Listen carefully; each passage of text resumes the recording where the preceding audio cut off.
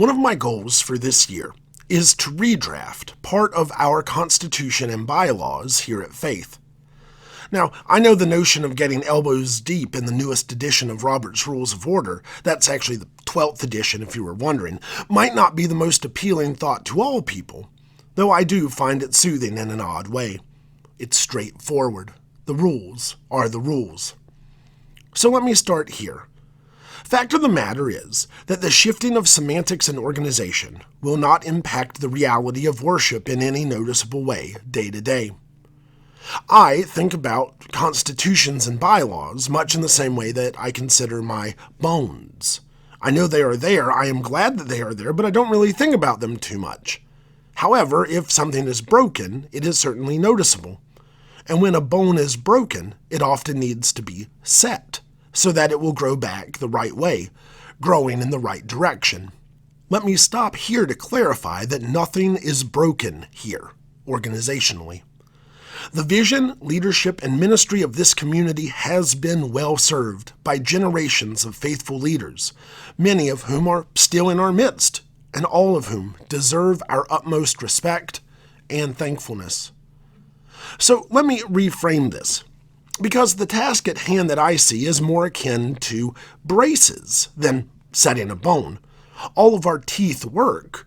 We can just clean it up a little bit, to shift the focus a little, and to help us smile a little bit more.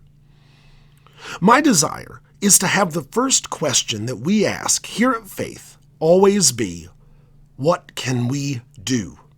More so than whose responsibility is that or which board does that fall under. I want the question to be, what can we do? Like in worship, our ministries should remain focused on the power of what God is doing through Jesus Christ, as we share and celebrate the good news that all people may know Christ. For a wonderful example of this, let's turn our attention to today's gospel. Jesus is with the disciples. They see a man born blind. Notice that the first thing that happens is that the disciples start looking for information or for blame or for what they want to know. That happens first, before they ask the man his name, before they ask if he needs anything, before Jesus even speaks. I think that this comes from a good place, though sometimes what we want to know or say might not be what's best warranted in a situation. Here's one example. Zoom is pretty much ubiquitous in our lives now. At first, there was a learning curve about people being muted or not, and not knowing. So in the height of COVID, people would join online and be unaware that they were muted, though that has certainly curtailed greatly. And what I see more often than in the modern era is that one person will join a group, and while their connection is still establishing, that being that the video will be on, but it takes the audio a little longer to catch up, there will be people talking at them, asking them questions, telling them that they are muted when actually they haven't connected yet. Or, if someone new is in a session, with the appearance of a new person, those who are familiar and well-meaning might barrage them with questions, which could either be welcomed or intrusive, based on that person's personality type, though I digress. Back to the gospel. Jesus and the disciples are on the road when they see a man born blind, and the disciples start talking about him. They start talking at him. Oh, I wonder who erred, the disciples say. Jesus' initial response is neither, stopping this blame game that really doesn't do much for anybody. Jesus seems to be more focused on what can be done than what got the man here. Jesus gets his hands dirty first. He puts his hands in the dirt. Jesus doesn't ask, he does. He engages. And more than that, he gives life. He gives the man who was born blind a new life. A life in which he can interact with the community in new ways. He can now see the faces of those who he speaks to every day. He can see and be seen as more than simply the man born blind. Yet notice that we don't even get the man's name. John, the evangelist, after the fact, still calls him what he was known as, the man born blind, and a beggar, because that was just the way it was. We see this response in the community as well, in verses 8 through 10. The neighbors and those who had seen him before as a beggar began to ask, "Is this not the man who used to sit and beg?" Some were saying, "It is he." Others were saying, "No, but it is someone like him." He kept saying, "I am the man." But they kept asking him, "Then how were your eyes opened?" Interesting that the focus of the community is more on what happened and who the man was than celebrating what is now and the man's good fortune.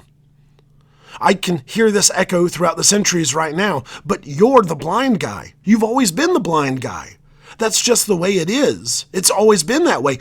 Did you ask somebody before, before you became unblind? The Pharisees then get involved, and again what we find is people focusing on what happened and saying how it's wrong. A man has received his sight, and the Pharisees, instead of celebrating a miracle, call a point of order because it happened on the Sabbath. That's not how we do things here. You can hear their voices echoing throughout time. Others simply thought Jesus was a sinner, and how could a sinner do such a thing? This had never happened this way before. There are rituals and there are prayers and systems, and let's be honest, strangers walking through town did not restore the sight of the town beggar, especially on a Sunday. That's not how it works. The nerve. But in truth, it was a simple action. It was only a miracle. A few weeks ago in our Wednesday Bible study, we were talking about the Samaritan woman at the well. She was in last week's gospel reading. One of the members of the Bible study pointed out how the woman, not having seen any miracles, decided to follow Jesus after one conversation. And yet, in today's gospel reading, here a town sees the fruit of Jesus' miracle, and the response seems to be more focused on the preceding error of procedure than the life that was changed that day.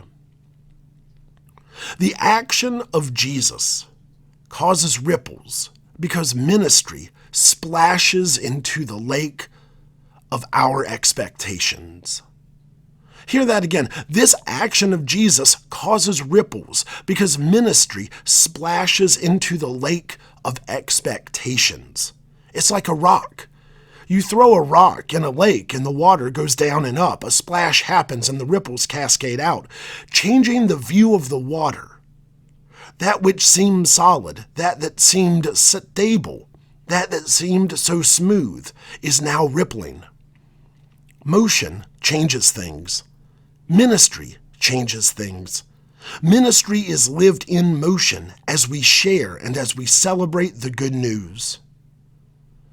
So, back to us here at Faith. We're going to put on some gospel braces. We're going to put some gospel braces on the bylaws and the Constitution. We're going to outline our vision with our expectation.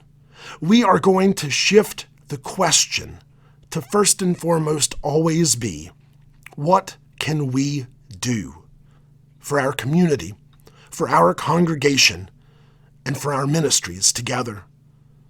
It's probably going to be a little confusing at some point. These things typically are. Though again, the disciples in the Gospels are often a little confused too. Lucky for them, and lucky for us, Jesus acts on us too. Amen.